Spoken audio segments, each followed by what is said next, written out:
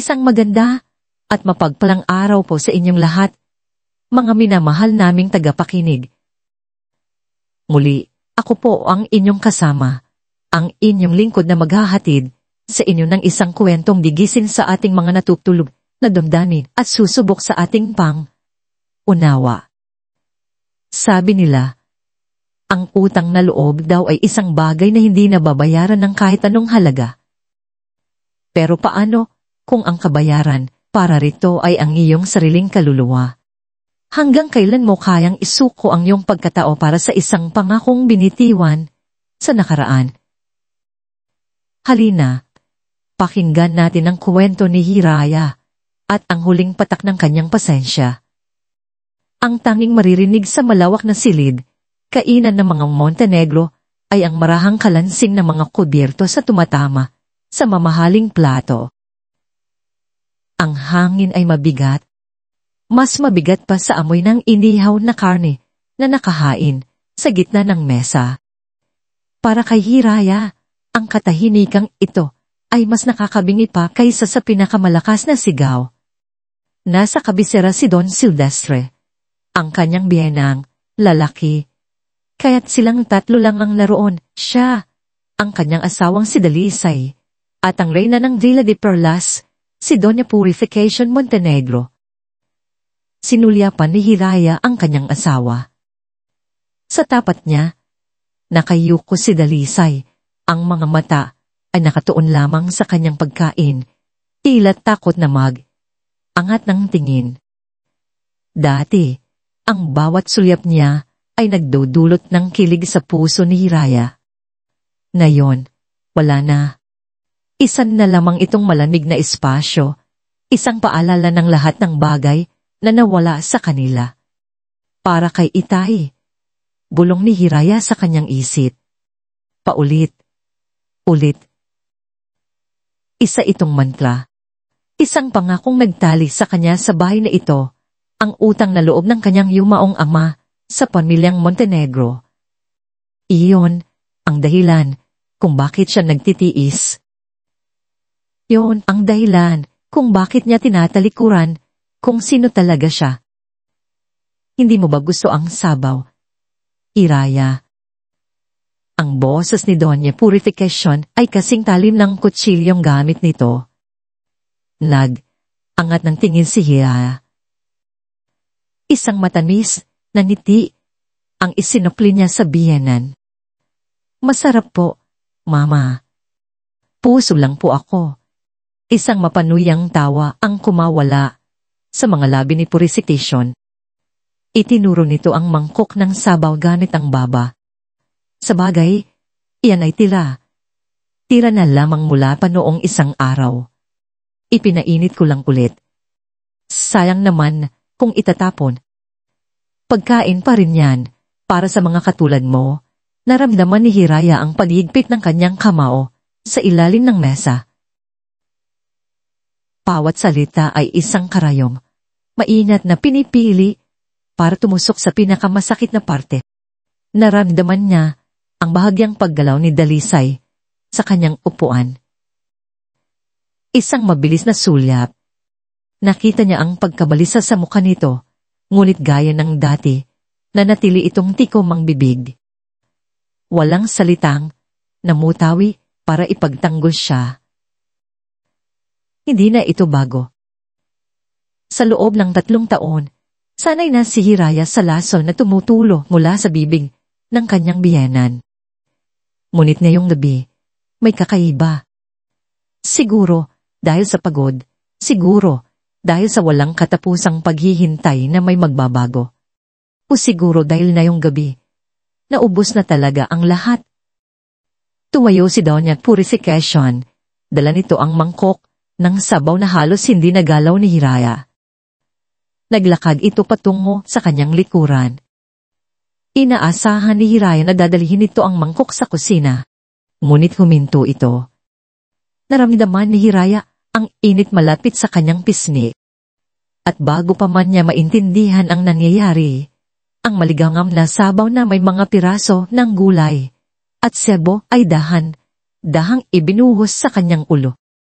Tumulo ang sabaw mula sa kanyang buhok, pumatak sa kanyang mukha, dumaloy sa kanyang leeg, at bumasa sa kanyang damit. Ang amoy ng lumang pagkain lay kumapit sa kanya. Hindi siya gumalaw. Hindi siya sumigaw. Ang tanging ginawa niya ay dahang lumingon kay Dalisay. Aabang ang kanyang mga mata. Nagmamakaawa. Sabihin mo, may sabihin ka. Ipagtanggol mo ako. Kahit ngayon lang. Nakita niya ang gulat sa mga mata ni Dalisay. Ang awa, ang hiya. Pero higit sa lahat, nakita niya ang takot. Takot sa sarili nitong ina. Yumuko ito. Umiwas ng tingin at nagkunwaring walang nakita. At sa sandaling iyon, may nabasag sa loob ni Hiraya. Hindi isang baso, hindi isang plato, kundi ang huling hiblaan ng asang kinakapitan niya. Ang pangakong binitiwan niya sa kanyang ama ay hindi nangangahulugang kailangan niyang ipamigay ang kanyang dignidad. Kung hindi mo kayang ubusin sa matinong paraan, malamig na sabi ni Purification habang inilalapag ang walang lamang mangkok sa mesa. Baka sakaling sa ganyang paraan ay mabusog ka. Dahang tumayo si Hiraya. Hindi niya pinansin ang sabaw na tumutulo sa kanyang damit. Hindi niya pinunasan ang kanyang mukha. Tiningnan niya ang kanyang biyenan at pagkatapos ay ang kanyang duwag na asawa. Walang emosyon sa kanyang mukha, isang nakakakilabot na katahimikan. Excuse me po, sabi niya sa isang boses na kalmado at walang kabuhay-buhay. Pagkatapos ay tumalikod siya at naglakad paalis sa silid, kainan. Bawat hakbang ay tiyak at may bigat. Hindi siya tumakbo. Hindi siya nagmamadali. Pagdating sa kanilang silid, isinara niya ang pinto ng marahan. Hindi niya ito binagsak. Ang galit na nararamdaman niya ay masyadong malalim, masyadong dalisay para sayangin sa isang malakas na kalabob.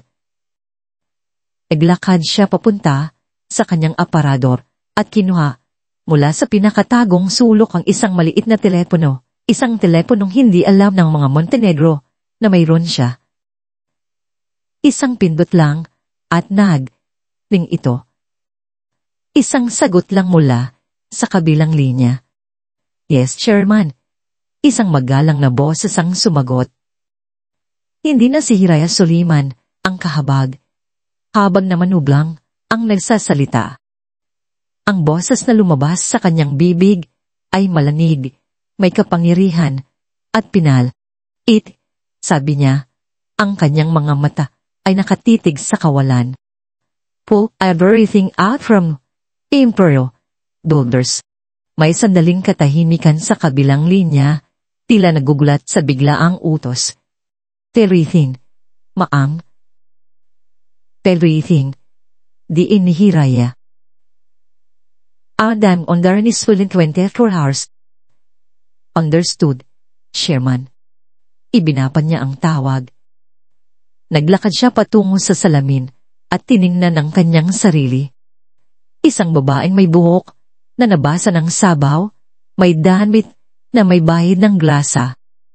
Ngunit ang mga matang tumingin pabalik sa kanya ay hindi na ang mga matang puno ng pag-asa at pag-ibig. Ang mga iyon ay mata ng isang estranghero, malamig, determinado, at handa nang bawiin ang lahat ng inado sa kanya.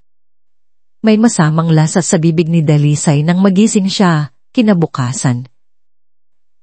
Hindi ito dahil sa alak o sa kahit anong kinain niya. Ito ay ang lasa ng kahiyan, ang lasa, ang kaduwagan. Ang imahe ng kanyang ina na ibinubuhos ang mangkok ng sabaw sa ulo ni Hiraya ay malinaw pa rin sa kanyang isip. At ang kasunod na imahe, ang sarili niyang pagyuko at iwas ng tingin ay ang siyang ulit na dumudurog sa kanya. Pumangon siya at nakitang wala na si Hiraya sa kama. Malamig na ang espasyo kung saan ito nahiga. Sa loob ng 3 taon, ito ang unang pagkakataon na hindi siya nito ipinaghanda ng damit o ng kape. Isang maliit na bagay. Ngunit para kay Dalisay, iyon ay isang sigaw na mas malakas pa sa anumang sumbatan. Nakita niya ito sa kusina, naghahanda ng sarili nitong almusal. Simple lang, isang piraso ng tinapay at isang tasang kape. Hindi man lang siya nito, tiningnan nang pumasok siya. Iraya, panimulan niya. Ang boses ay bahagyang paos. Tungkol kagabi, kumain ka na, putol nito sa kanya. Ang boses ay walang anumang emosyon. Hindi galit, hindi malungkot. Wala. Isang blangkong pader. Mahuhuli ka na sa trabaho. Sinubukan niyang muli. Gusto ko lang sana, umarat ito sa kanya. Sa unang pagkakataon, mula kagabi, tiningnan siya nito ng diretso sa mata. Ang lamig sa mga titig na iyon ay sapat na para palamigin ang buong dila, de Perlas. Wala na tayong dapat usapan, Dalisay. Pagkatapos ay tinalikuran na siya nito. Inilagay ang pinagkainan sa lababo at umalis ng kusina. Naiwan si Dalisay na nakatayo roon. Pakiramdam ay mas masahol pa kaysa kung sinigawan siya o sinampal. Ang katahimikan ni Hirala ay isang parusa na hindi niya alam kung paano tatanggapin. Minabuti na lang niyang pumasok sa opisina, bit-bit ang bigat sa kanyang dibdib. Ngunit pagdating niya sa lobby ng Interior Builders, isang kakaibang eksena ang sumalubong sa kanya. Ang karaniwang kalmado at propesyonal na gusali ay puno ng tensyon. Ang mga empleyado ay nagbubulungan. Ang mga telepono sa trading floor ay walang tigil sa pagping, at ang malaking electronic board na nagpapakita ng stock market ay kulay pula. Isang madugong pula. Anong nangyayari? Tanong niya sa isang junior executive na nagmamadaling dumaan. Sir Dalisay, ang stocks po natin pumabagsak. Free fall po, sabi ng lalaki, namumutla at pawisan. Nagmamadali siyang pumasok sa elevator at dumiretso sa executive floor. Ang kaguluhan doon ay 10 beses na mas malala. Mula sa loob ng boardroom na may salaming pader, dinig na dinig niya ang umuugong na boses ng kanyang ama, si Don Silvestre Montenegro.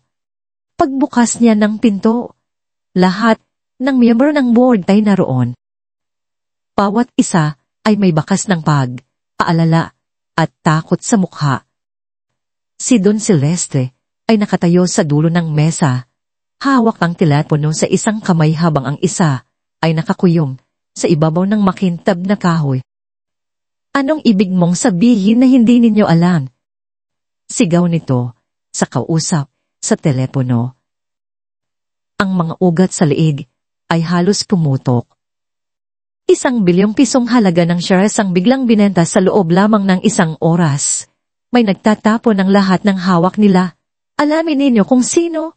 I don't care how. Find out what is this. Ibinagsak nito ang telepono ng buong lakas. Ang tunog ay yumanig sa buong silid. Lahat ay napayuko. Tumingin si Don Silvestre sa paligid. Ang mga matay nag-aapoy. Uminto ang tingin nito kay Dalisay. At ikaw, dagok nito. Bakit ngayon ka lang? Hindi mo ba alam na ginigiba na ang kumpanyang itatayo mo sana? Walang naisagot si Dalisay. Sino po ba? Walang nakakaalam, sabi ng ama niya, sinabunot ang sariling buhok. Isang institutional investor, malaki. At mukhang gusto tayong patayin. Buong araw ay parang isang masamang panaginip. Ang mga numero sa screen ay patuloy na bumabagsak. Ang pangalan ng Imperial Builders na dati simbolo ng lakas at katatagan ay ngayon pinagpipiestahan sa balita. Umuwi si Dalisay ng gabing iyon na gulo ang isip. Pagpasok niya sa bahay, naabutan niya ang kanyang ina sa sala, naglalakad pabalik, balik na parang isang leon sa loob ng hawla. Nakita mo na ba ang ginawa ng malas na babae niyan sa pamilya natin? Pumag-agad ni Donya, purification. Ma, wala pong kinalaman si Hiraya dito. Pagod na sagot ni Dalisay. Huwag kang hangal, Dalisay, ganding sigaw nito. Simula, nang tumapak ang babaeng yan sa pamamahay na ito, puro kamalasan na ang dala niya. Sigurado akong may kinalaman ng masamang aura niya dito. Siya ang sumpa, napahilot na lamang si Dalisay sa kanyang sentido. Lalong sumasakit ang ulo. Nasa gitna sila ng pagtatalo nang biglang tumunog ang kanyang cellphone, isang hindi rehistradong numero. Kinakabahan niya itong sinagot. Hello, Dalisay Montenegro speaking.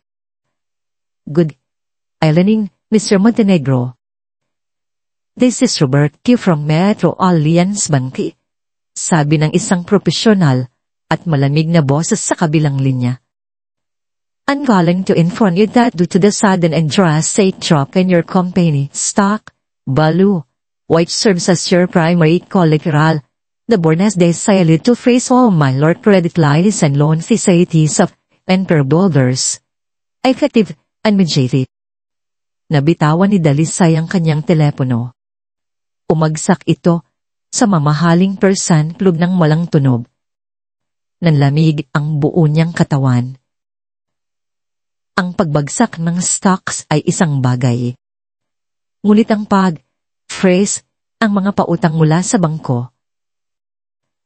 Iyon ay isang sentensya din Norte, isang hatol ng kamatayan.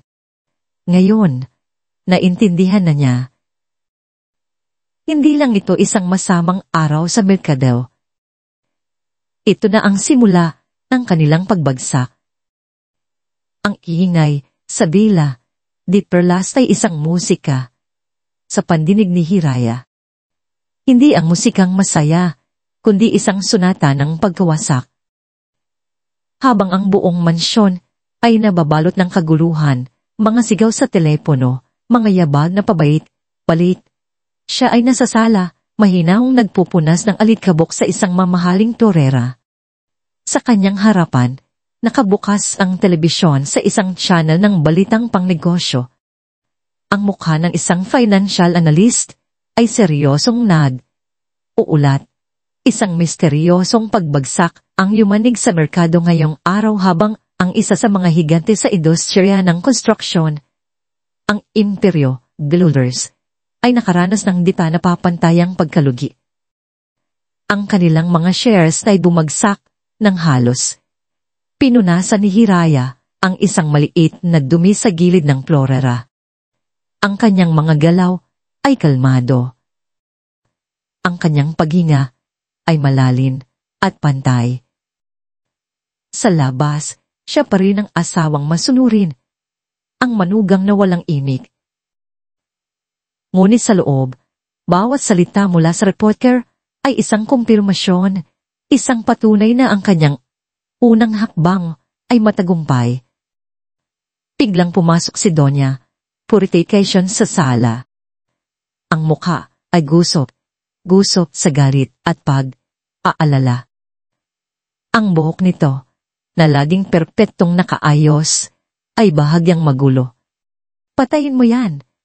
Utos nito, itinuturo ang telebisyon na parang isang halimaw. Hindi mo ba nakikita? Pinagtatawanan na tayo ng buong mundo. Dahang kinuha ni Hiraya ang remote control at pinatay ang TV. Ang tanging ingay na naiwan ay ang mabigat na paghinga ng kanyang biyenan. Pasensya na po. Mama, mahinang sabi ni Hiraya. Hindi tumitingin dito.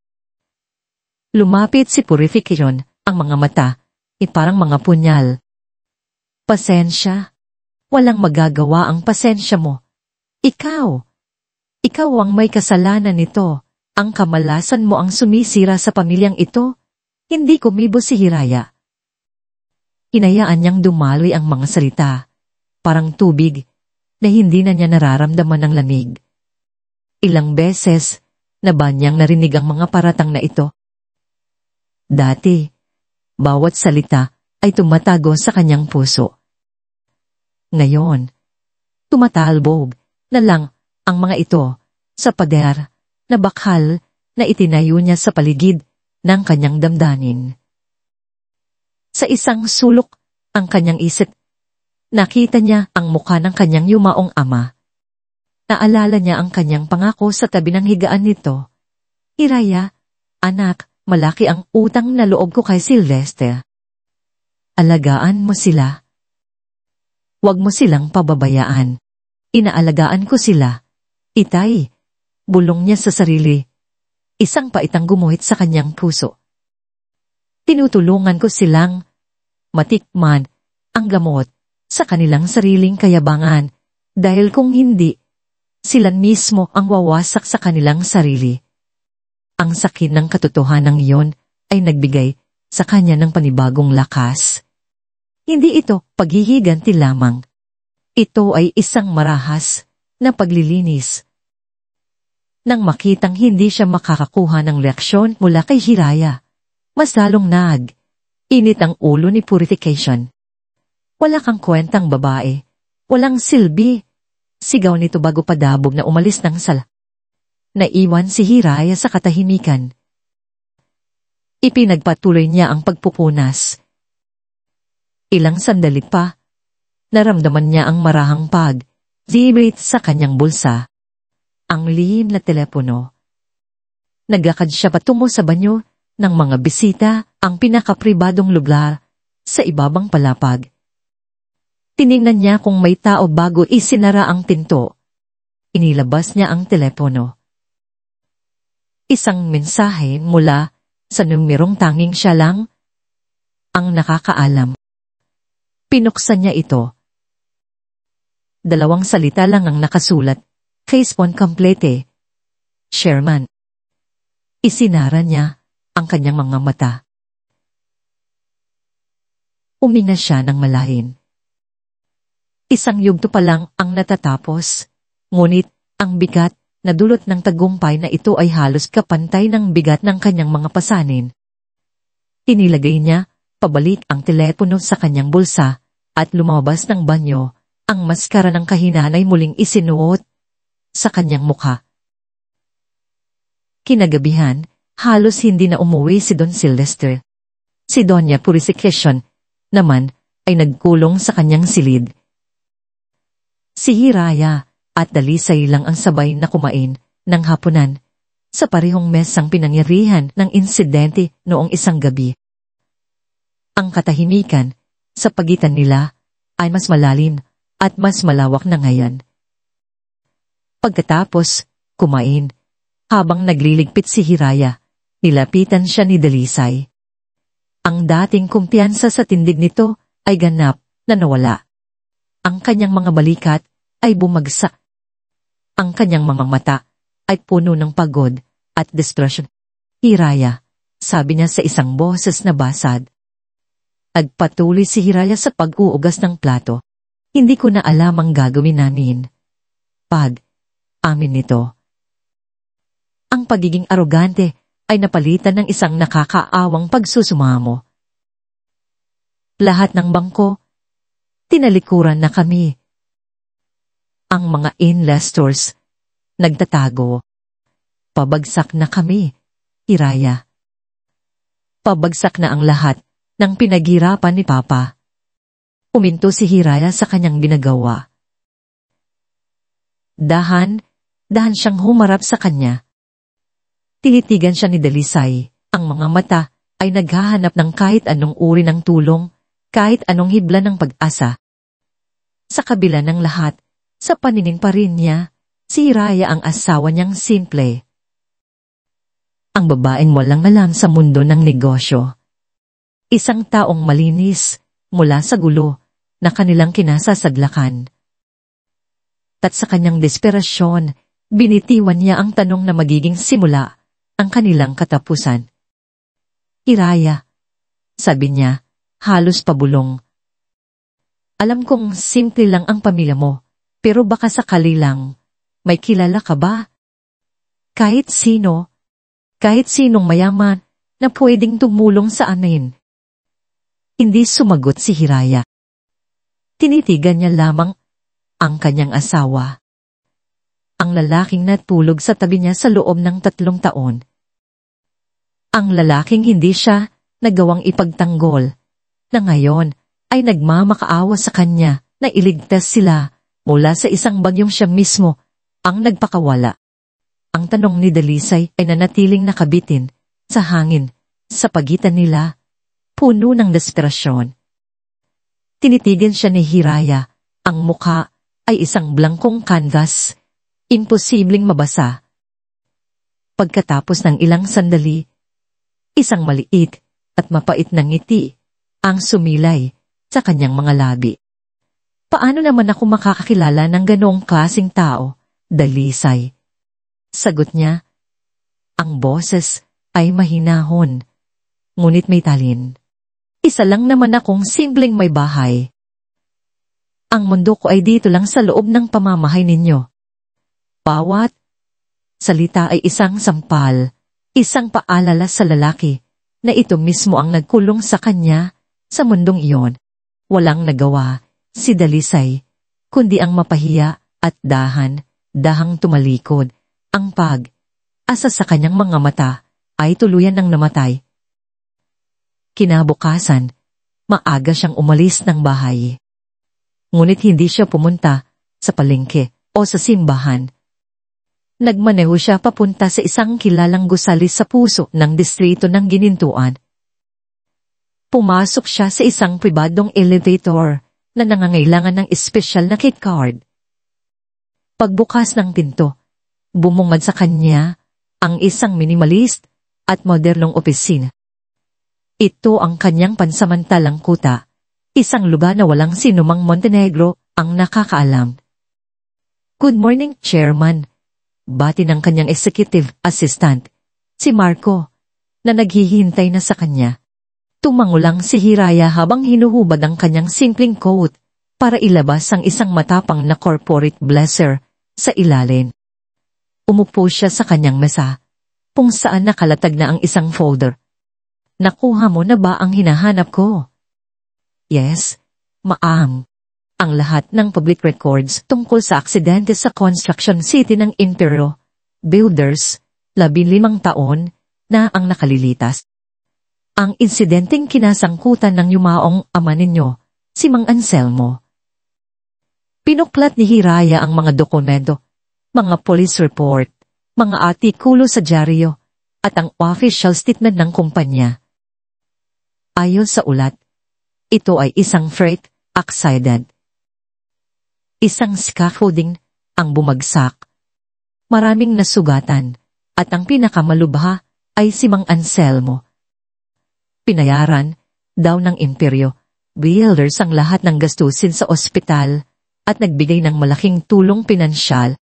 Iyon ang utang na loob na laging sinasabi sa kanya. Ngunit may hindi tama.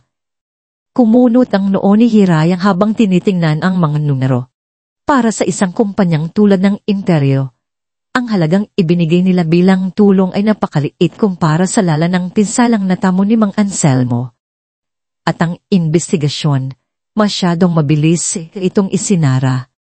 Masyadong malinis. Marco, tawag niya, may mga detalye bang hindi inilabas sa publiko? Sinubukan po naming hanapin, ma'am, pero mahigpit ang pagkakatago.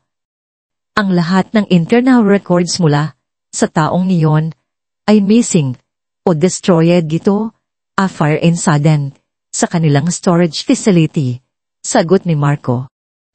Isang sunog. Napakagandang pagkakataon. Lalo lamang tumindi ang pagdududa sa puso ni Hiraya. Kinuha niya ang kanyang lihim na telepono at nag-dial ng isang numero. Leo, Hira ito. Napatawag po kayo, sagot ng isang magaspang na boses sa kabilang linya. Si Leo ang pinakamagaling na private investigator na kilala niya. Kailangan ko ang serbisyo mo, Imperio Builders, aksidente. Nabili mataon na ang nakalitas. City 12. Hanapin mo ang lahat. Mga suppress reports, mga testimonya na hindi isinama sa investigasyon. Higit sa lahat, hanapin mo ang mga taong naroroon na bigla na lang nawala o nanahimik pagkatapos. Masela na trabaho, maamo. Kaya nga ikaw ang dinawagan ko. I don't care about the cost. About that what, Mariing, sabi ni Hiraya bago ibaba ang tawag. Kinahapunan, hindi siya umuwi kaagad. Nagmaneho siya, papunta, sa isang tahimik na sementeryo sa labas ng lungsod. Doon, sa ilalim ng isang malaking puno ng akasya, nakatayo, ang isang simpleng lapida, Anselmo Suliman, minamahal na ama. Inaplos niya ang malamig na bato. Ang hangin ay marahang dumadampi sa kanyang mukha. Dala ang amoy ng damo at lupa. Dito, sa harap ng kanyang ama, nawala ang maskara ng chairman. Ang natira ay ang anak na babaeng naguguluhan. Itay. Bulong niya, ang boses ay nabasag. Sabi ninyo po, mabuting tao si Don Silvestre. Sabi ninyo po, malaki ang utang na loob natin sa kanya. Sinunod ko po kayo. Nagtiis po ako. Pero habang tumatagal, parang may mali. Parang may isang malaking kasinungalingan sa likod ng lahat. Isang luha ang pumatak mula sa kanyang mata. Patawarin ninyo po ako, Itay. Dahil sisirain ko po ang pangako ko. Hindi ko na sila aalagaan. Hahanapin ko po ang totoo.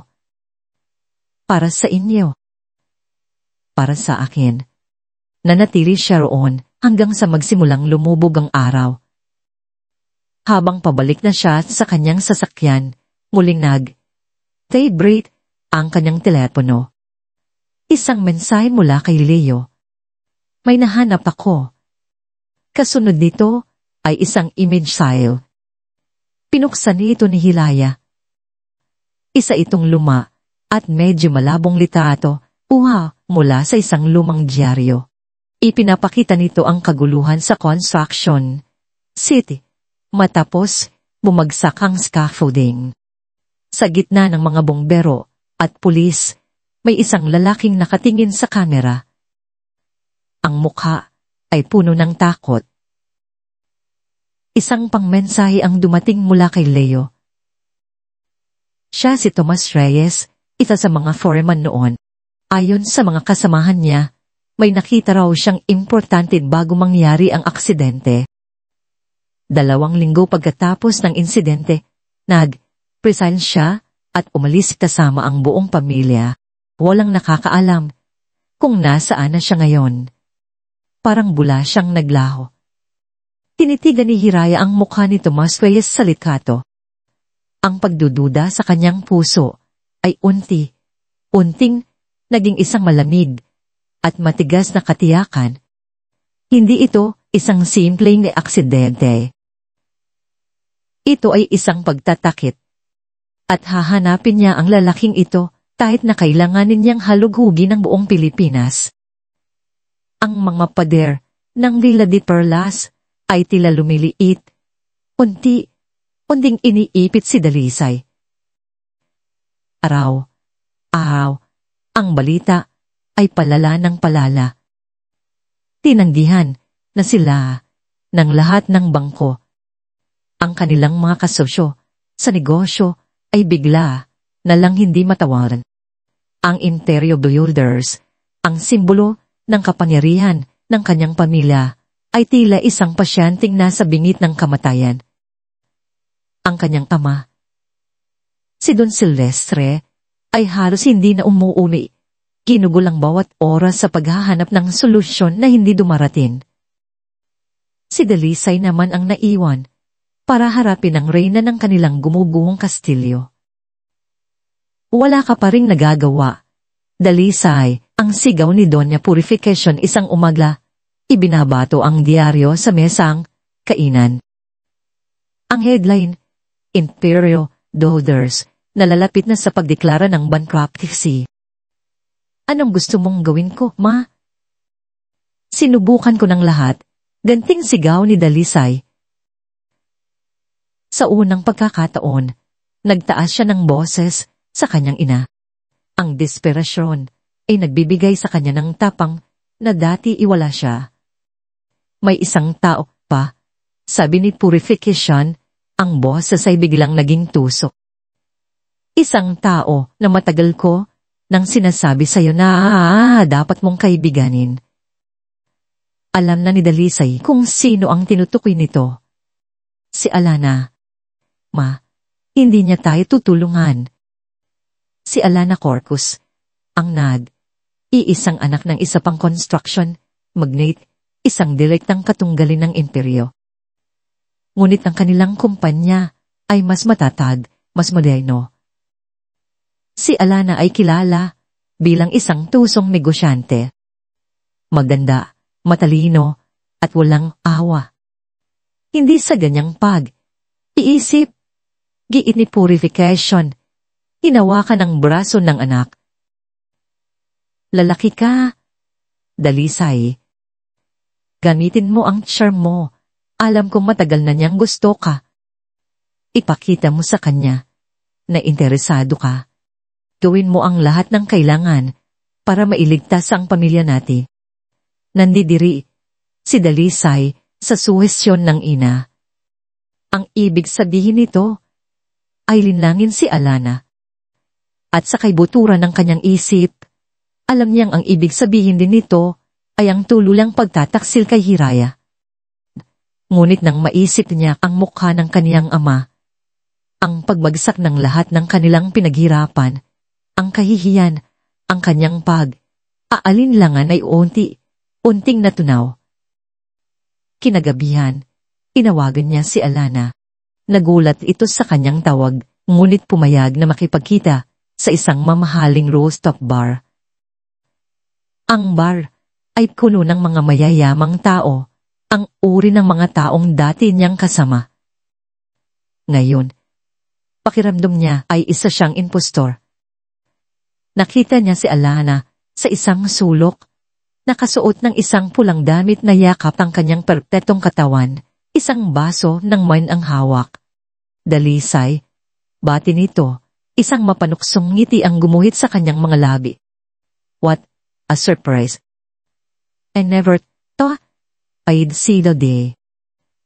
Naupo si Dalisay, pinipilit numiti.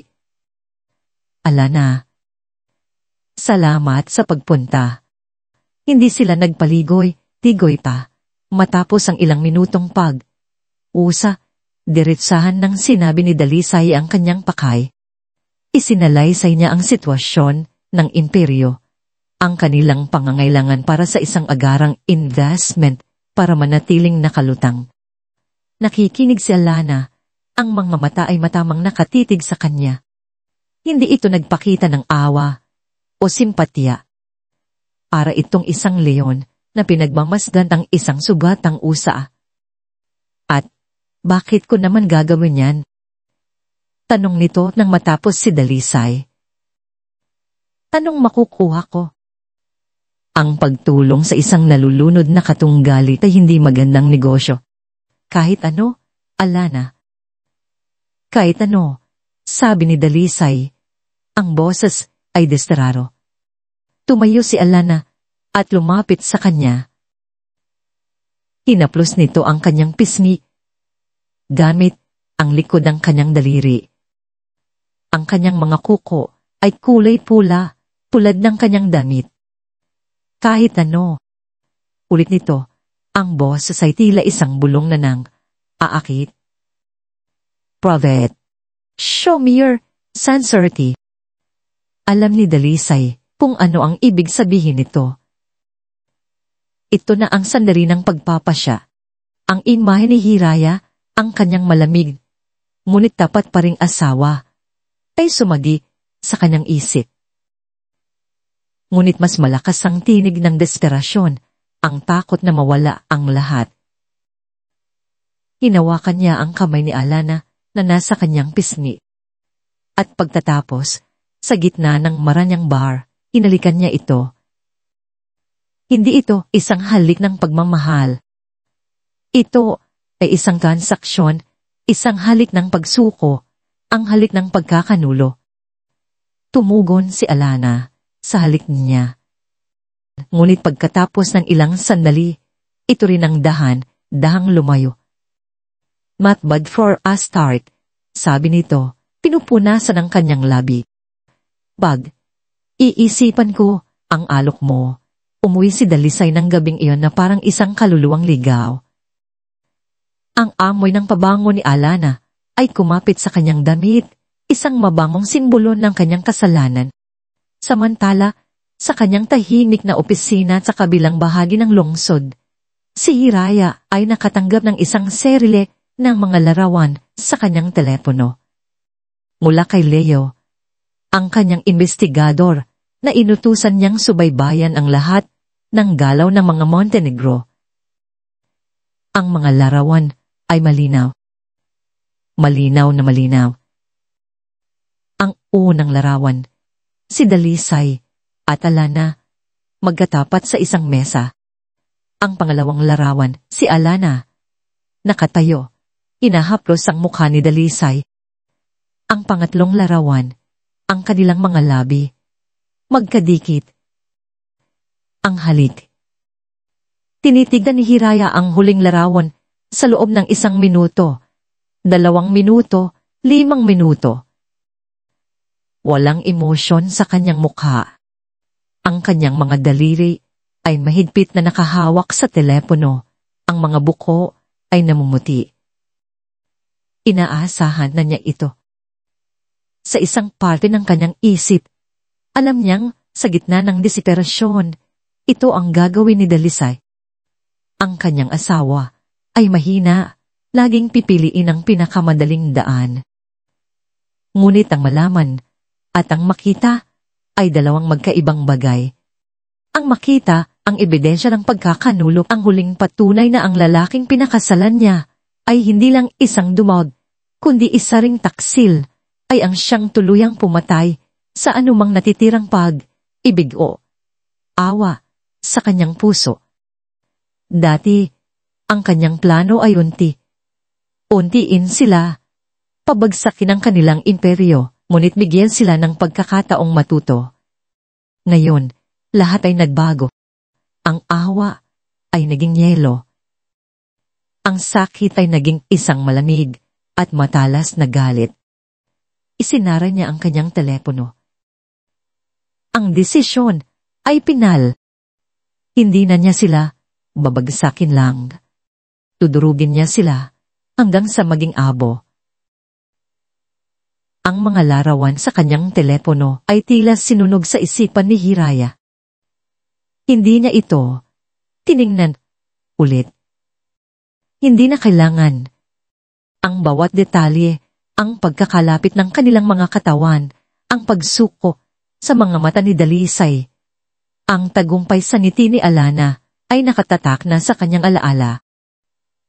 Umuwi siya sa Villa de Perlas ng gabing iyon. Naabutan niya si Dalisay sa sala, umiinom, isa sa dilin. Amoy alak ito at pagkakasala. Hindi siya nito napansin nang pumasok siya. Tumiretso si Hiraya sa kanilang silid. Sa unang pagkakataon, ay hindi man lang niya ito sinulyapan. Pagpasok sa kwarto, kinuha niya ang telepono at binuksan ang kanyang gallery. Nandoon pa ang mga larawan nila ni Dalisay, ang kanilang kasal, ang mga bihilang sandali na tila masaya sila. Isa niyang tinitigan ang mga ito. Walang luha, walang sakit. Ang tanging nararamdaman na niya ay isang malawak na kawalan.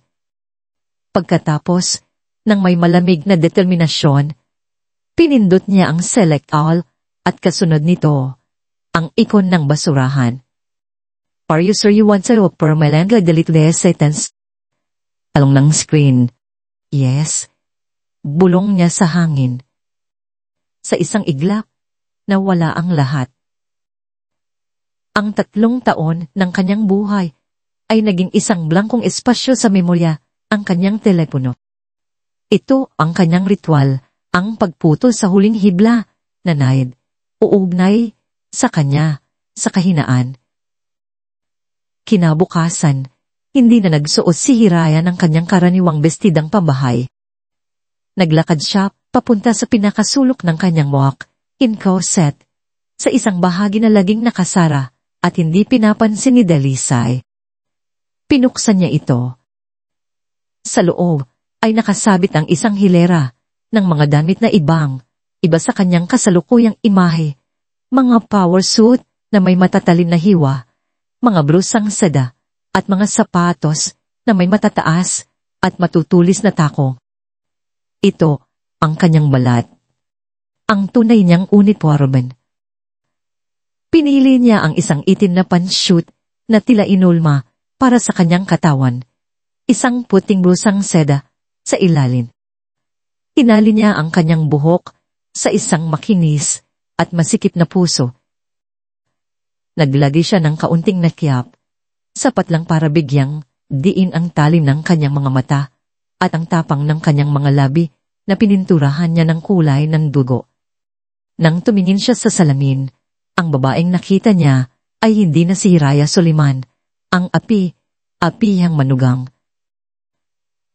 Ang nasa harap niya ay ang misteryosong chairman ng Sinagtala Holdings, isang reyna na handa nang bawiin ang kanyang kaharian.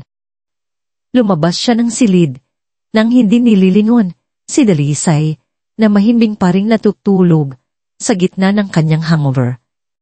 Pagdating niya sa lobby ng Sinagtala Holdings, isang tauring gawa sa bakal at salamin na nagniningning sa distrito ng Ginintuan, ang lahat ng empleyadong nakakita sa kanya ay napahinto. Ang kanilang mga mata ay puno ng pagkamangha at paggalang. Yumuko sila habang siya'y naglalakad. Good morning, Chairman, pati nila sa sabay na tinig. Hindi na siya dumaan sa kanyang pansamantalang opisina. Dumiretso siya sa pinakatuktok na palapag sa opisina ng chairman na sa loob ng 3 taon ay nanatiling walang laman. Ang mga pader na salamin ay nagbigay sa kanya ng tanawin ng buong syudad.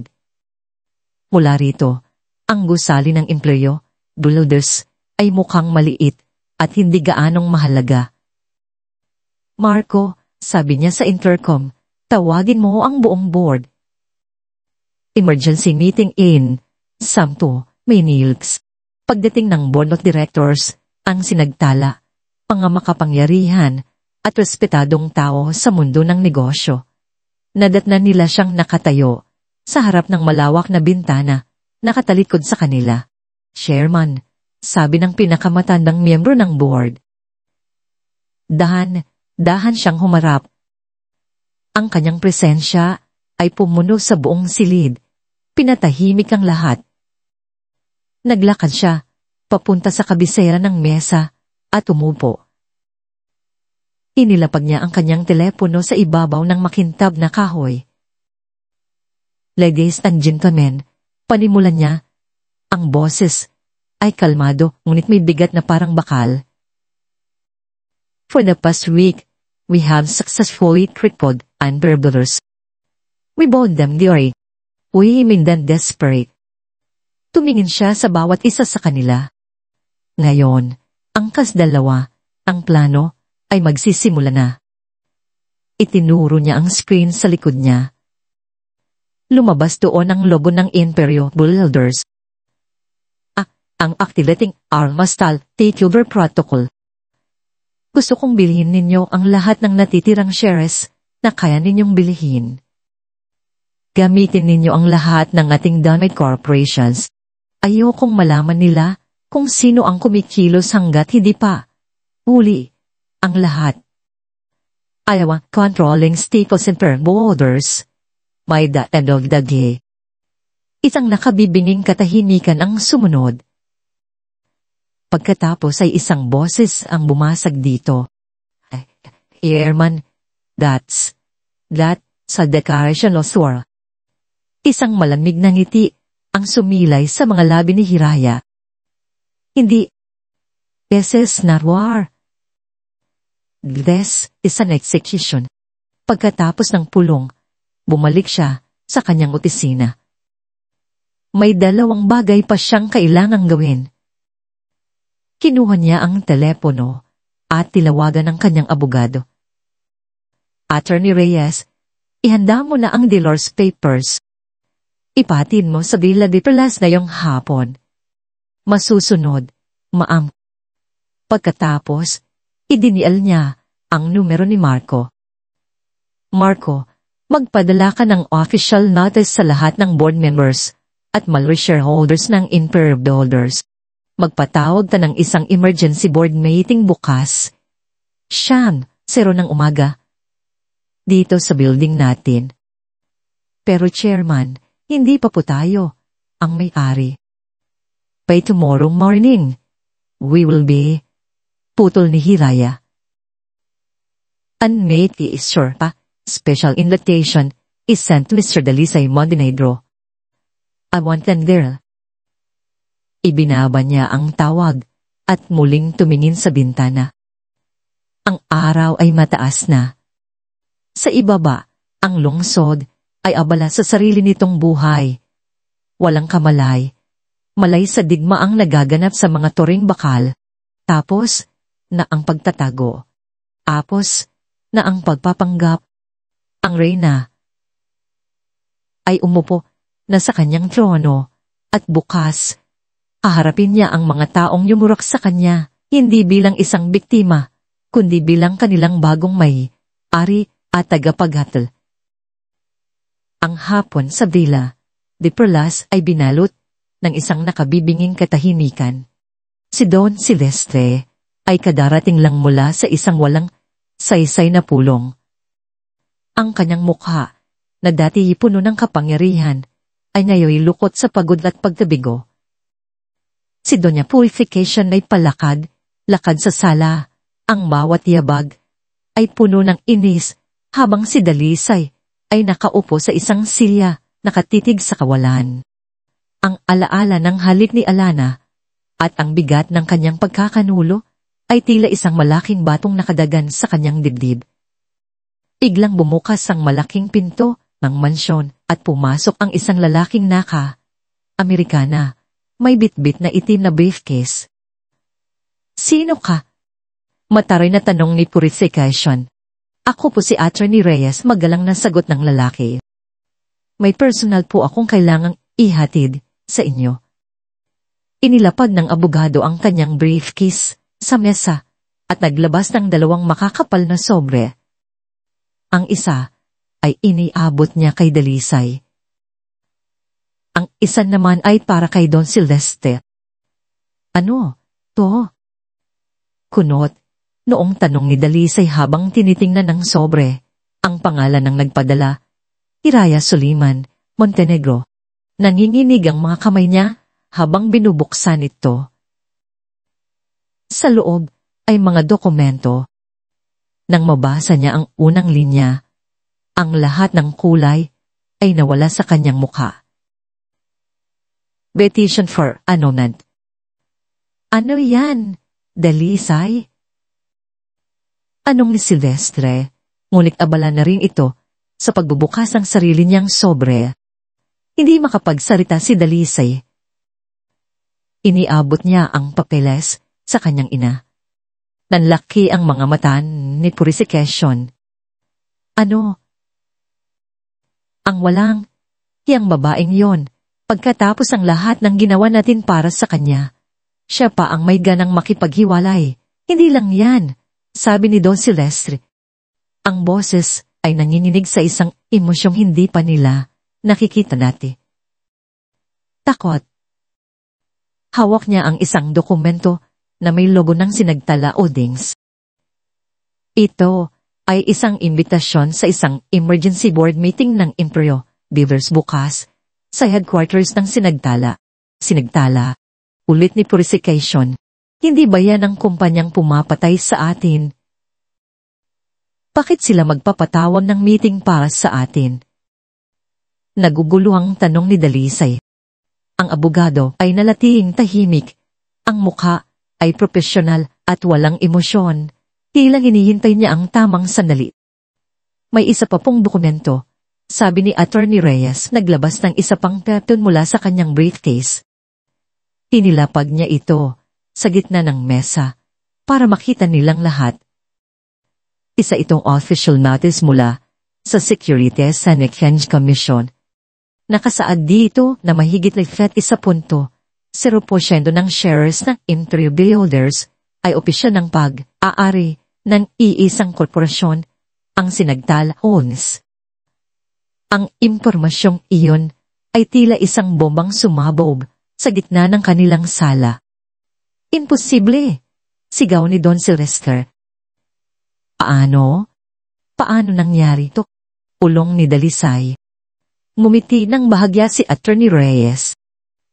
Ang bagong minority shareholder, ang Sinagtala Holdings, ay may karapatang magpatawag ng board meeting at magtalaga ng bagong pamunuan.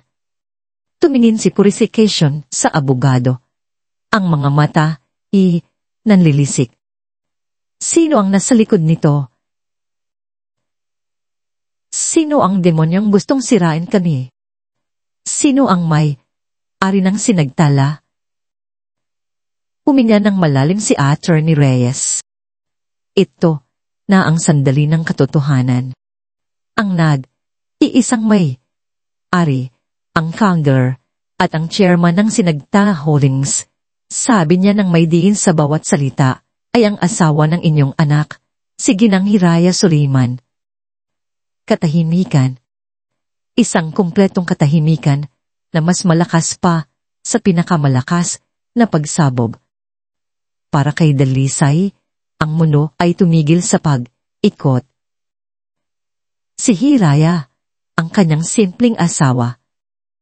Ang babaeng hinahayaan niyang sigawan ng kanyang ina. Ang babaeng pinagtaksilan niya, kadabilang. Siya. Ang lahat ng piraso ng palaisipan ay biglang kabit sa kanyang isip. Ang bigla ang pagbabago ng ugali ni Hiraya. Ang kanyang malamig na mga titig. Ang kanyang mga salitang tila may ibang kahulugan. Ang tanong niya rito, kung may kilala itong mayaman.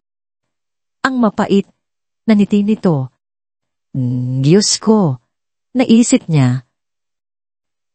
Alam niya lahat. Mula pa sa simula.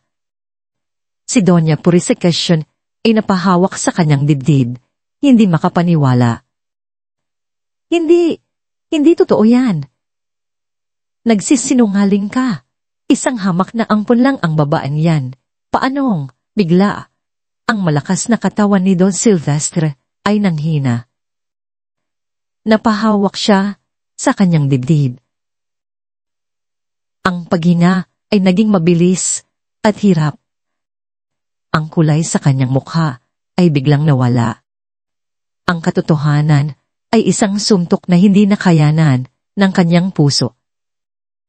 Papa, sigaw ni Dalisay, agad na tumakbo para saluhin ang kanyang ama, bago ito bumagsak sa sahig. Sylvestre, anong nangyayari sa'yo? Sigaw ni Purification, ang kanyang pagiging arogante, ay napalitan ng purong sindak. Si Don Sylvestre ay hindi na makapagsalita. Ang mga mata niya ay nakatingin sa kawalan, habang ang kanyang katawan ay nanginginig. Atake sa puso. Habang nagkakagulo sila, tumatawag ng ambulansya, ang telepono ni Dalisay ay tumunog. Isang text message mula sa numerong hindi niya kilala, ngunit alam niya kung kanino galing. Ang mensahe ay maikli at malamig. This is just the beginning. Hawak ang kanyang ama na walang malay sa isang braso, at ang telepono na may mensahe mula sa babaeng sumira sa kanila sa kabilang kamay. Naramdaman ni Dalisay ang pagguho, hindi lang ng kanilang kumpanya, kundi ng buong mundo niya. Habang isinusugod si Don, si Lester, sa ospital, at ang Bilandi Perlas ay nalulunod sa sarili nitong kaguluhan, si Hiraya ay natadaan palayo sa syudad. Ang kanyang mamahaling sasakyan ay lumiliko mula sa malalapad na highway patungo sa makikitid at bakong daan ng isang liblib na probinsya sa Timog. Ang impormasyong ibinigay ni Leo ay dinala siya rito sa isang maliit na baryo sa paanan ng isang bundok kung saan ang signal ng cellphone ay halos wala na. Ang target niya, isang matandang lalaki na nagngangalang Tomas Reyes, ang foreman na naglahong parang bula 15 taon na ang nakalipas. Natagpuan niya ito sa isang maliit na kubo na napapaligiran ng mga puno ng saging. Isang payat na matandang lalaki na may buhok na kulay abo at mga matang laging tila nagmasid, laging puno ng takot. Nang una siyang magpakilala, agad itong nagtangkang isara ang pinto. Wala akong kilalang Hiraya. Wala akong kinalaman sa Maynila, mabilis na sabi nito. Ngunit hindi sumuko si Hiraya. Mula sa kanyang pitaka, kinuha niya ang isang luma at kupas na litrato. Ang litrato ng kanyang ama, si Mang Anselmo, na masaya at nakangiti. Siya po si Anselmo Suliman, mahinahong sabi ni Hiraya. Ang kaibigan ninyo. Ang kumpar ninyo. Ako po ang anak niya. Napahinto ang matanda. Tinitigan nito ang litrato at pagkatapos ay ang mga mata ni Hiraya. Nakita nito ang parehong determinasyon, ang parehong kabutihan. Dahan, ang takot sa kanyang mukha ay napalitan ng isang malalim na kalungkutan. Pinapasok niya si Hiraya sa loob. Ang kanilang pag-uusap ay nagsimula ng mabagal. Si Mang Tomas ay aalangan, ang bawat salita ay tila mabigat. Ngunit habang nagkukwento si Hiraya tungkol sa kanyang pagtitiis sa kamay ng mga Montenegro, unting lumambot ang puso ng matanda. Alam mo, Iya, panimula ni Mang Tomas, ang boses ay nanginginig. Ang tatay mo. Siya ang pinakamatino at pinakamatapang na taong nakilala ko. At iyon ang naging dahilan ng kanyang kapahamakan. Uminga siya ng malayin, tila kinukuha pang lahat ng lakas na natitila sa kanya. Hindi yun aksidente, Iya. Ang nangyari sa City 12. Hindi yun aksidente. Naramdaman ni Hiraya ang panlalamig ng kanyang buong katawan, kahit na ang hangin sa loob ng kubo ay maalinsangan. Ano po ang ibig ninyong sabihin? 2 linggo, bago ang aksidente, pagpapatuloy ni Mang Tomas, ang mga matay nakatingin sa malayo, binabalikan ng isang madilim na nakaraan, ipinakita sa akin ng itay mo ang isang listahan. Isang listahan ng mga materyales na ginagamit sa City. Mga bakal na mas mababa ang kalidad, semento na hinahaluan para makatitid. Sabi niya, pare, delikado to. 1 lindol lang, guguho to. Kailangan nating isumbong. Sinabihan ko siyang huwag makialam, delikado. Pero matigas ang ulo ng tatay mo. Ang sabi niya, konsensya niya ang nakataya. Tumulo ang luha sa mga mata ng matanda. Kinabukasan, sinabi niyang kakausapin niya ang bata pa noon na si Don Celeste. Pagkatapos ng uusap nila, bumalik si Anselmo. Ang mukha ay seryoso. Sabi niya, aayusin daw. Magtiwala lang daw tayo. At pagkalipas ng 1 linggo, nangyari na. Nanginginig ang boses ni Mang Tomas. Nakita ko mismo. Bago bumagsak ang scaffolding, may 2 tauhan ni Sylvester nakinalas ng ilang mahahalagang tornilyo sa pinakailalim ng suporta. Eksakto sa lugar kung saan i-inspeksyon ng tatay mo, ginawa nilang mukhang aksidente, pero isa itong patibong. Isang bitag na inihanda para patahimikin ang isang mabuting tao. Ang bawat salita ni Mang Tomas ay isang punyal na tumatarak sa puso ni Hiraya. Ang utang na loob, ang pagliligtas, ang lahat ay isang malaking kasinungalingan. Hindi iniligtas ni Don Silvestre ang kanyang ama. Pinatahimik niya ito. Ang tayang ibinigay sa kanila ay hindi tulong. Iyon ay bayad, pinsala, dugo. Akit hindi po kayo nagsalita? Tanong ni Hiraya. Ang boses ay basag sa pagitan ng galit at dalamhati. Tinakot nila ako, Iya. Umiiyak na sabi ng matanda. Pinuntahan nila ako. Sinabi nila, kung anong nangyari kay Anselmo, pwedeng mangyari sa pamilya ko. Kaya, tumakbo kami. Nagtago kami. Dinala ko ang kahihiyan at takot sa loob ng 15 taon. Tumayo si Mang Tomas at lumapit sa isang lumang baul sa sulok. May kinuha siya mula sa ilalim ng mga damit. Isang maliit na kwaderno na balot sa plastic. Ang takip nito ay luma at halos matanggal na. Pero bago siya namatay, sabi niya, iniabot ang kwaderno kay Hiraya, ipinabigay ito sa akin ng tatay mo. Sabi niya, italgo mo to, pare. Insurance ko to. Hindi ko alam kung bakit hindi niya ito ginamit laban kay Celeste. Siguro umasa pa rin siyang magbabago ito. Nanginginig ang mga kamay ni Hiraya habang dinatanggap ang kwaderno. Pinuksan niya ito. Ang sulat, kamay ng kanyang ama. Naroon ang lahat, ang mga petsa, ang mga pangalan ng supplier, ang mga kalkulasyon na nagpapatunay sa pandaraya. Ito ang ebidensyang hindi maitatanggi. Ang katotohanang inilihim sa kanya sa buong buhay niya. Isinara niya ang kwaderno at niyakap ito ng mahigpit sa kanyang dibdib.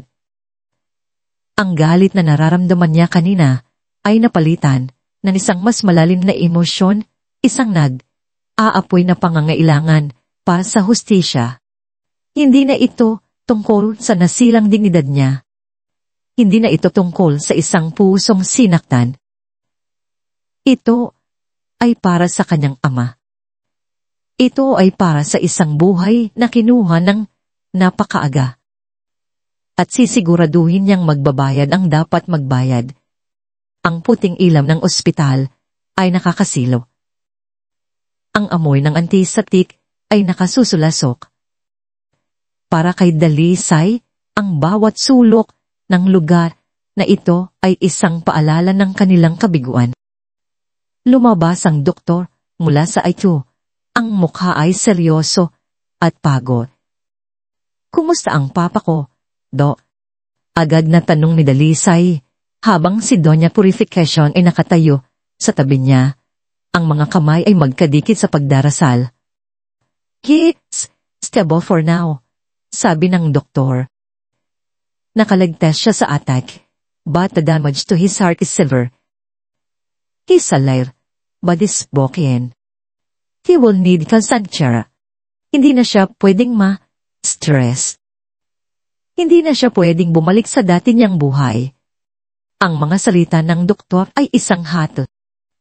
Ang haligi ng kanilang pamilya, ang hari ng kanilang imperyo. Si Don Silvestre Montenegro ay isa na ngayong baldado. Pumagsak si Doña Purification sa isang upuan, ang lakas ay tila tuluyang nawala. Hindi, bulong nito. Umuwi sila sa Gila de Perlas kinabukasan para kumuha ng ilang gamit. Ngunit isang itim na sasakyan ang nakaparada sa harap ng kanilang malaking gate. Pagbaba nila, 3 lalaking Amerika na ang sumalubong sa kanila. Sir Dalisay Montenegro. Tanong ng isa. Kami po ay mula sa bangko. I'm sorry, but as of this morning, all assets of the Montenegro family, including this property, are now under bank receivership. Na, freeze po ang lahat dahil sa pagbagsak ng halaga ng inyong kumpanya. Ano? Sigaw ni Purification. Hindi ninyo pwedeng gawin to. Bahay namin to. I'm sorry, ma'am. Malamig na sagot ng lalaki. May cart, order po kami. Kailangan na po ninyong umalis. Pwede po kayong kumuha ng ilang personal na gamit, pero ang property ay kailangan na naming i-seal. At sa harap mismo nila, nagsimulang magkabit ng isang malaking property of NATO Alliance pangsahin sa kanilang gate ang mga kasama nito. Ang bawat palo ng martilyo ay tila isang pako sa kanilang kabaong. Doon, natuluyang gumuho ang pag-iisip ni Doña Purification. Ang dating matapang at aruganting Leina ay naging isang babaeng wala na sa sarili. Umagulgol ito, isang sigaw na puno ng galit at kawalan ng pag-asa. Pinagsusuntok nito ang bakal na gali. Ang kanyang mga sigaw ay humalingaw-ngaw sa buong subdivision. Hayop kang babae ka. Halimaw ka. Hindi nito sinisigawan ng mga taga-bangko. Nakatingin ito sa langit, sa kawalan na parang nakikita ang isang multo. Hilaya, naririnig mo ba ako? Sinong pamukha mi? Hayop ka, papatayin kita. Walang nagawa si Dalisay, kundi ang panoorin ng kanyang ina na tuluyang masiraan ng bait. Ang mga security guard ng subdivision ay dumating ara-awatin ito. Ang kanilang mga kapitbahay ay sumisilip mula sa kanilang mga bintana, nagbubulungan, pinapanood ang pagbagsak ng mga hari. Pinayagan si Dalisay na kumuha ng isang maliit na bag. Lamit. Walang alahas, walang pera. Paglabas niya, isinasakay na sa isang sasakyan ang kanyang ina, na ngayon ay tahimik na at tulala. Dadalhin ito sa isang lugar kung saan siya makakapagpahinga, isang mental institusyon. Sa isang iglap, nawala ang lahat kay Dalisay. Ang kanyang ama ay nasa ospital. Ang kanyang ina ay wala na sa sarili. Ang kanilang bahay ay hindi na kanila. Ang kanyang pangalan na dati, ibinubuksan ng lahat ng pinto, ngayon ay isa ng sopa. Nagsimulang umulan. Naglakad si Dalisay nang walang patutunguhan. Ang kanyang mamahaling damit ay unting nababasa. Ang kanyang sapatos na gawa sa Italianong katad ay lumulusong sa maruruming tubig sa kalsada. Wala siyang pera. Wala siyang matutuluyan. Wala siyang pag-asa. Uminto siya sa ilalim ng isang maitim shed. Basang, basa, at nanginginig. Hindi dahil sa lamig, kundi dahil sa isang malawak na kawalan sa loob niya. Tumingin siya sa isang todol ng tubig, ulan sa kanyang paanan. Nakita niya ang kanyang refleksyon. Isang lalaking basang, sisiyo, mukhang kahabag. Ang mga mata ay guwang at walang buhay. Hindi niya nakilala ang sarili. Ito ba ang makapangyarihang Dalisay Montenegro o isang basag na salamin ng kung sino siya dati? Sa gitna ng kanyang kawalan, isang pangalan lang ang paulit. Ulit na tumatakbo sa kanyang isip, Hilaya. Nagsimula siyang maglakad muli. Ang kanyang mga paa, nang hindi niya namamalayan, ay dinala siya sa pamilyar na direksyon, papunta sa distrito ng Ginintuan. Uminto siya sa tapat ng isang nagtataasang gusali, ang toring bakal, at salamin na kumikinang sa gitna ng ulan. Ang headquarters, ang Sinagtala Holdings. Tumingala siya. Ang buong gusali ay madilim, maliban sa isang bintana. Ang pinakatuktok na palapag. Ang opisina ng chairman. May ilaw roon. Alam niya. Alam niyang nandoon si Hiraya. Nakatayo marahil sa likod ng salamin, pinagmamasdan ang basang syudad sa ibaba. Pinagmamasdan ang mundo na ngayon ay nasa kanyang mga palad. At siya, si Dalisay Montenegro, ay nasa labas, nasa ibaba, basa sa ulan, tinitingala ang babaeng dating niyayurakan lang niya, ang babaeng alis ng lahat sa kanya. Ito na ang gabi ng kanyang kawalan. Ang simula ng kanyang impyerno. Ang conference room sa pinakatuktok na palapag ng sinagtala o dings ay malamig at tahimik. Ang mahabang mesa na gawa sa mahogani ay napapaligiran ng mga natitirang miyembro ng board ng Imperial Builders, mga dating makapangyarihang lalaki at babae na ngayon ay mukhang mga tupa na naghihintay ng kanilang katayan. Pumasok si Dalisay sa silid. Siya ang huling dumating. Ang kanyang damit ay luma at lukot. Hiniram niya lang mula sa isang security guard sa ospital na naawas sa kanya. Ang kanyang buhok ay basa pa rin mula sa ulan kagabi. Ang kanyang mga mata ay mapungay at walang buhay. Para siyang isang multo mula sa nakaraan. Umupo siya sa isang bakanting silya, malayo sa lahat. Ang bawat isa sa silid ay umiiwas sa kanyang tingin na parang ang kanyang kahihiyan ay isang sakit na nakahahawa.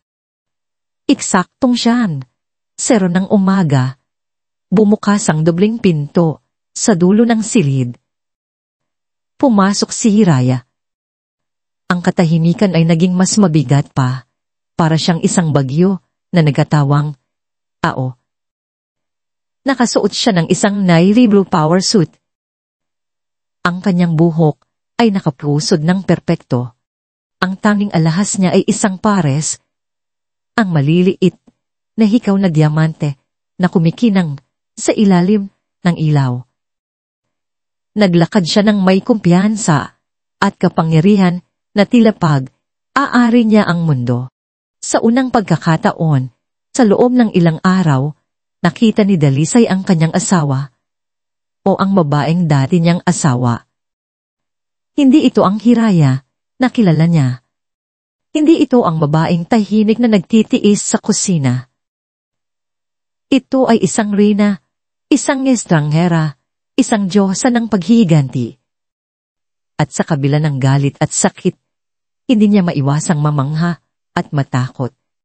Naglakad si Hiraya papunta sa kabisera ng mesa. Ang upo ang dati para lamang kay Don Silvestre Montenegro. Hindi siya umupo. Nanatili siyang nakatayo. Ang kanyang mga kamay ay nakapatong sa likod ng silya abang tinitingnan ang bawat mukha sa silid. "Good morning," sabi niya. Ang boses ay kalmado, ngunit tumatagos sa buto. "I believe you all know why we are here." Walang nagsalita. As of yesterday, sinagtala holdings is now the minority shareholder of the Imperial Builders, which means I am your new chairman. Tumingin siya ng diretso kay Dalisay. At ang una kong gagawin bilang chairman ay ang alamin ang katotohanan. Pumalakpak siya ng isang beses. Pumukas ang pinto sa kanyang likuran at pumasok si Marco, ang kanyang assistant, na may dalang laptop. Ikinonekta ito sa malaking screen sa pader. Marahil ay iniisip ninyo na ito ay isang simpleng corporate takeover lang, sabi ni Hiraya habang ang screen ay umiilaw.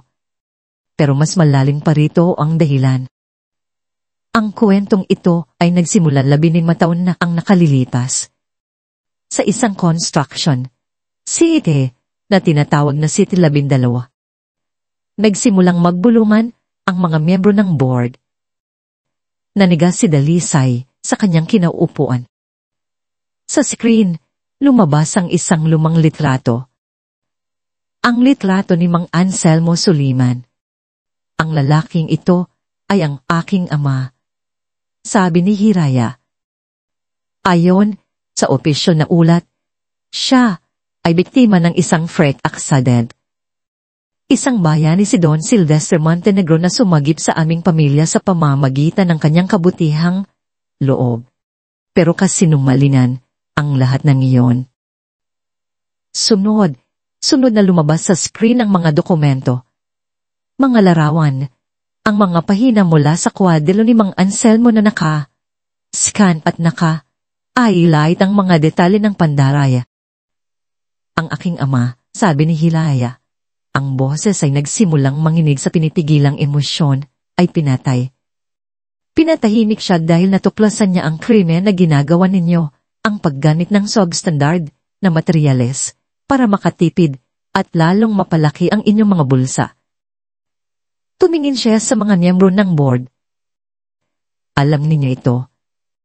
Marahil hindi lahat, pero ang ilan sa inyo, ang mga matatagal na. Alam ninyo o ang baho na itinatago ng kumpanyang ito. Pagkatapos, isang video ang nag-play. Isang video ng isang matandang lalaki, si Mang Tomas, na nanginginig habang isinasalaysay ang lahat ng kanyang nakita. Ang pagsabotahe. Ang pagpatay. Sa puntong iyon, ang katahimikan sa silid ay nabasag na. May mga napasinghap, may mga napayuko sa hiya. Si Dalisay ay hindi makahinga. Ang pundasyon ng kanyang pagkatao, ang paggalang niya sa kanyang ama, ang karangalan ng kanilang pangalan, ay gumumo sa harap niya. Ang kanyang ama ay hindi isang hari. Isa itong kriminal. Isang mamatay tao. Hindi. Pulong ni Dalisay, nanginginig ang ulo. Hindi. Totoo yan. Tumingin sa kanya si Hiraya. At sa unang pagkakataon, nakita ni Dalisay ang sakit sa mga mata nito. Hindi lang galit, kundi isang malalim at matagal ng sugat. Iyan ang katotohanan, Dalisay, sabi niya. Ang boses ay mas malambot na ngayon, na lalong nagpapasakit. Iyan ang katotohanang ipinagkait sa akin. Iyan ang kasalanan na pinagbayaran ko sa pamamagitan ng pagtitiis sa pamilya ninyo. Naglakad si Hiraya, palapit sa kanya. Tinatanong mo ako kung bakit ko ginawa ito. Inawa ko ito para sa aking ama. Pero ginawa ko rin ito para sa sarili ko. Dahil habang pinagtataksilan mo ako, habang hinahayaan mong yurakan ng ina mo ang pagkatao ko, sa likod ng lahat ng iyon ay isang mas malaking kasinungalingan na sumisira sa ating lahat. Napayuko si Dalisay. Wala na siyang mukhang maihahap. Ang bigat ng kasalanan ng kanyang ama at ng sarili niyang kasalanan ay dumagan sa kanya ng sabay. Umagulgol siya. Hindi isang malakas na yak, kundi isang tahimik at basag na iyak ng isang taong tuluyan nang nawalan ng lahat. Umalik si Hiraya sa harap. Ang kanyang mukha ay muling naging matigas na parang bato. Kaya bilang bagong chairman, anunsyo niya, lahat kayo ay tanggal na sa board.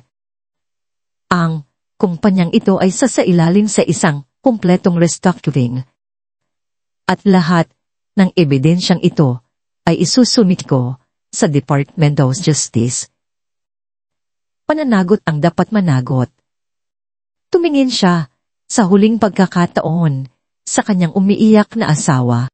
As for you, Dalisay, at sa natitira sa pamilya mo, wala na kayong anumang parte sa kumpanyang itinayo sa dugo ng aking ama. Bes, this my justice. This is my final word. Lumipas ang 6 na buwan.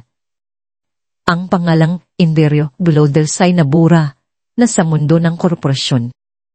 Sa lugar nito, isang bagong pangalan ng sumikat Manawari Constructions.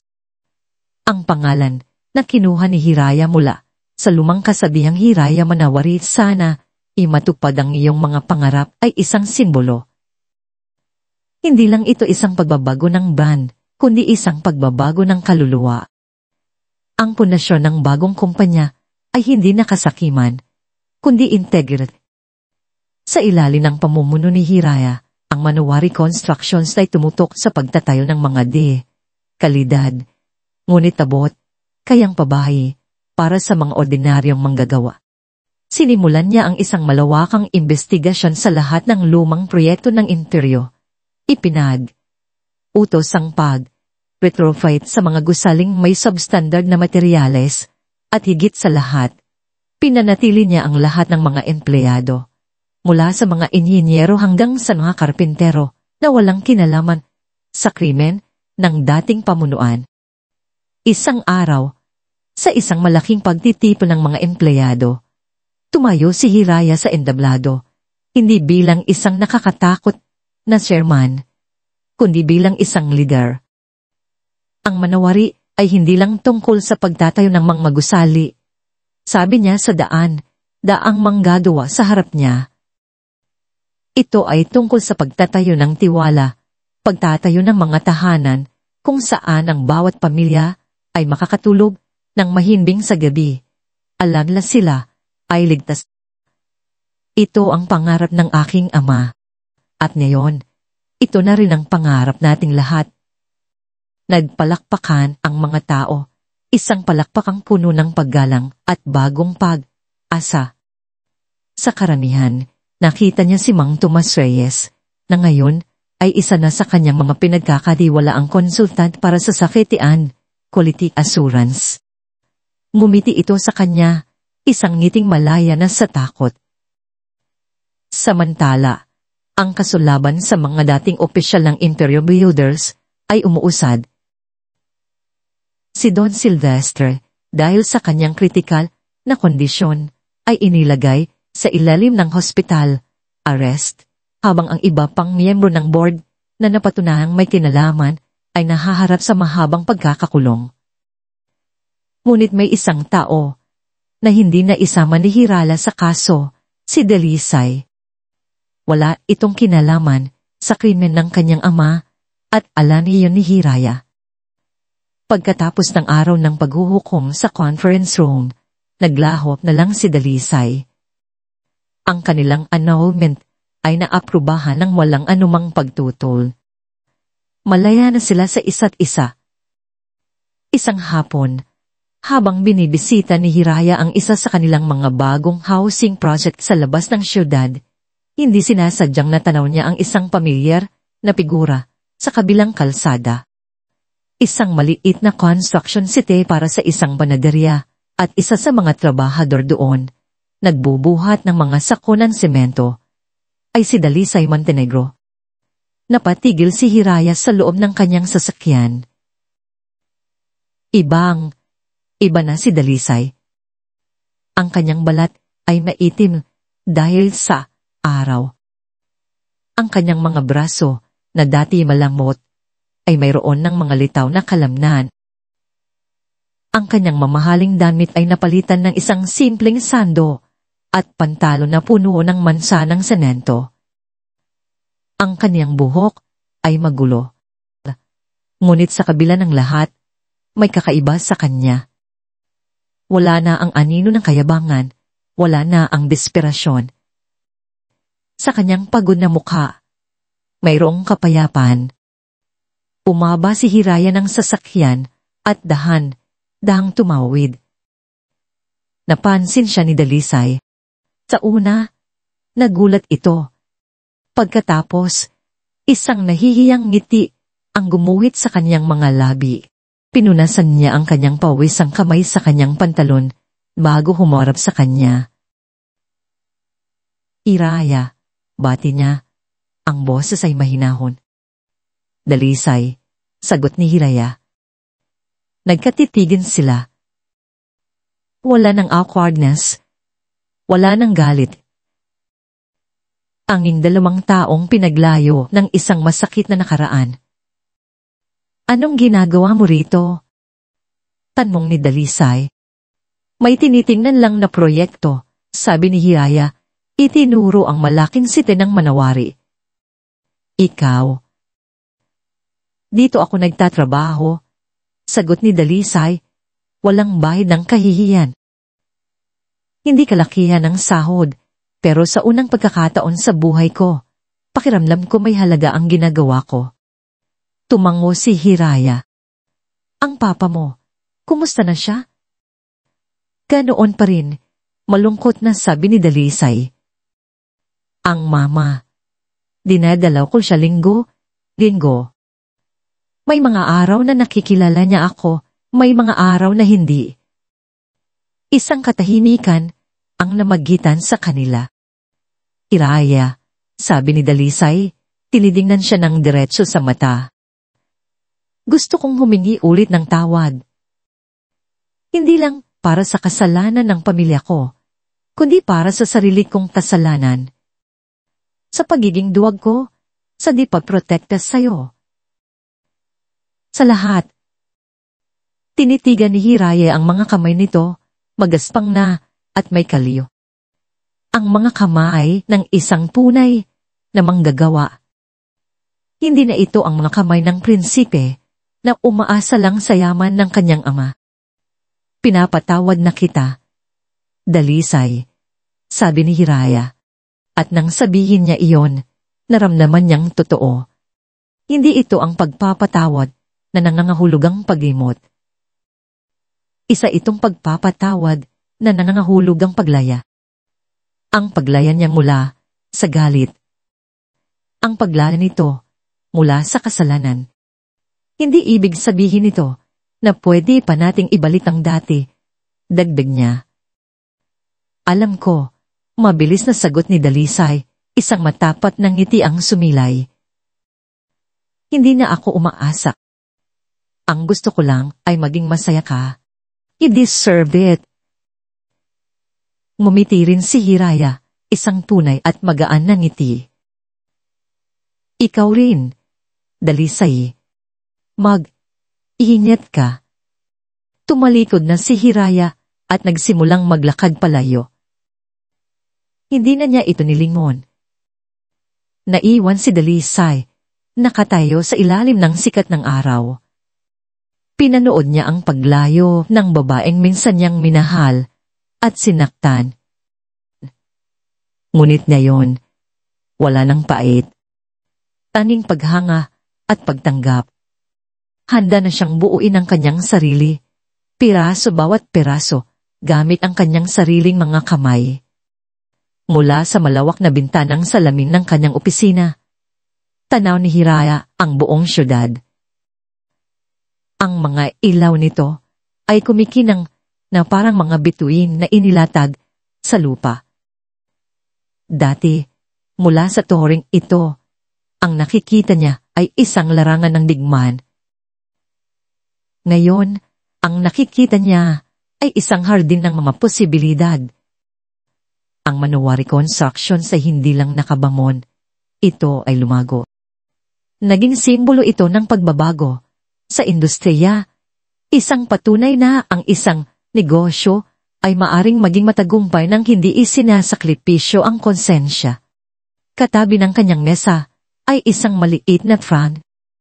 Hindi ito larawan ng isang tao, kundi isang sipi mula sa kwaderno ng kanyang ama, isinulat sa maganda nitong sulat, kamay. Ang tunay na pundasyon ay hindi semento o bakal, kundi katapatan. Nabigyan na niya ng hustisya ang kanyang ama, ngunit hindi sa paraang puno ng pagkasukuan. Ibinigay niya ang hustisya sa pamamagitan ng pagpapatuloy ng kanyang legacy, sa pagtatayo ng isang bagay na mas matibay pa sa anumang gusaling itinayo ng mga Montenegro. Kinuha niya ang kanyang telepono. Isang mensahe ang naghihintay sa kanya. Hindi ito mula sa negosyo. Ito ay mula sa isang numerong hindi nakasal sa kanyang contacts, ngunit alam niya kung kanino galing. Pinuksan niya ito. Isang simpleng mensahe mula kay Dalisay. Hiraya, kumusta? Nabasa ko sa dyaryo na nalo na naman ng award ng Manawari. Congratulations. Deserve mo lahat yan. Ako? Okay lang. May maliit na karinderya na ako ngayon, malapit sa mga construction city. Masaya pala magluto, para sa iba. Ingat ka palagi. Isang maliit na ngiti ang sumilay sa mga labi ni Hiraya. Hindi ngiti ng tagumpay o ng awa, kundi isang ngiti ng katahimikan. Tinanggap na nila pareho ang kanilang mga landas. At sa unahang pagkakataon, naramdaman niyang pareho na silang tunay na malaya. Naglakad siya papunta sa glass balcony ng kanyang opisina. Ang malamig na hangin ng gabi ay yumakap sa kanya. Dati, ang pakiramdam ng pag-iisa ay mabigat. Ngayon, ang pag-iisa ay kapayapaan. Hindi na siya si Hiraya Suliman, Montenegro, ang asawang nakatalit sa isang pangako. Hindi na rin siya ang chairman na nabubuhay sa anino ng paghihiganti. Siya na ngayon ay si Hiraya, siya lang. Isang babaeng sinubok ng apoy, ngunit sa halip na masunog, naging isang matibay na bakal. Isang babaeng natutong ang pinakamatamis na tagumpay ay hindi ang pagbagsak ng iyong mga kaaway, kundi ang pagbuo sa iyong sarili. Tumingin siya sa papalubog na araw sa kanluran. Ang kulay kahel at lila nito ay tila isang pangako ng panibagong umaga. Hindi niya alam kung ano ang dala ng bukas. Hindi niya alam kung magmamahal siyang muli. Ngunit hindi na yon mahalaga. Dahil sa wakas, buo na siya. At yun lang ang kailangan niya. At dito nagtatapos ang kwento ni Hiraya.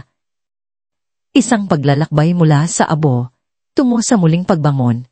Mula sa kaibuturan ng aking puso. Maraming salamat po sa inyong paglalakbay kasama ko sa bawat kabanata. Ang pagsulat sa kwentong ito ay hindi lamang isang trabaho, kundi isang personal na paglalakbay din para sa akin. Habang isinusulat ko ang bawat salita, kasama ninyo akong nakaramdam ng bigat, ng galit, at higit sa lahat, ng pag-asa. Sapagkat ang kwento ni Hiraya ay isang paalala sa ating lahat na gaano man kadilim ang nakaraan, laging may liwanag na naghihintay sa hinaharap. Ito ay isang testamento na ang tunay na lakas ay hindi nakikita sa paghihiganti, kundi sa kakayahang paghilumi ng sarili, na ang pagpapatawad sa huli ay hindi para sa taong nakasakit sa atin, kundi isang regalong ibinibigay natin sa ating sarili, ang regalo, ang kalayaan, at ng isang bagong simula.